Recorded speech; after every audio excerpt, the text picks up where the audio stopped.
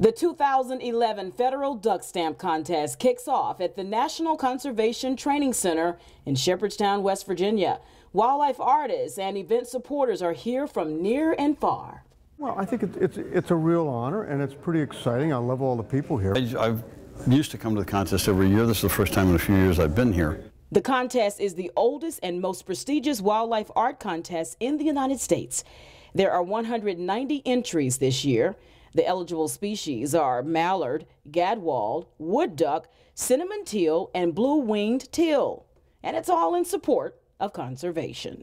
Each piece of art just has a number. There are no names attached to the art when the judging is going on. The judges don't know who painted each piece. So it's a really level playing field. We talk about clean air, clean water. This is one of the ways we do that. Our partners with Ducks Unlimited issued a campaign that they call Double Up. You buy not just one stamp, you buy a second stamp, because those dollars do go toward the conservation and our environment. So we want people to get out there and get involved and have a say in your environment and in your world.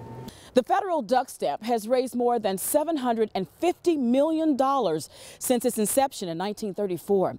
Now, these monies have been used to acquire more than 5 million acres of wildlife habitat for the National Wildlife Refuge System.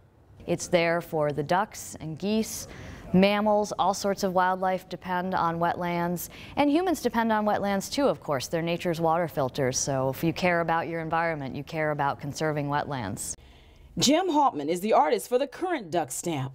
He says the $15 spent on each duck stamp makes a big difference. And I grew up hunting on WPAs, so I know the kind of lands they buy, and it's just great to be a part of a program that puts so much money into the wildlife. You got outdoorsmen and avid sportsmen that use this stamp, quite natural to go hunting, but it is a conservation stamp. You pay $15, we can save habitat for shorebirds as well as waterfowl and grassland species. We use this money in a variety of ways to help birds all across the nation. Meanwhile, the winner of this year's Federal Duck Stamp Contest receives a paint of 20 of his or her stamps signed by Interior Secretary Ken Salazar. Of course, they'll receive national recognition and publishing opportunities. In Shepherdstown, West Virginia, Kim Betton reporting for the Migratory Bird Program of the United States Fish and Wildlife Service, Department of the Interior.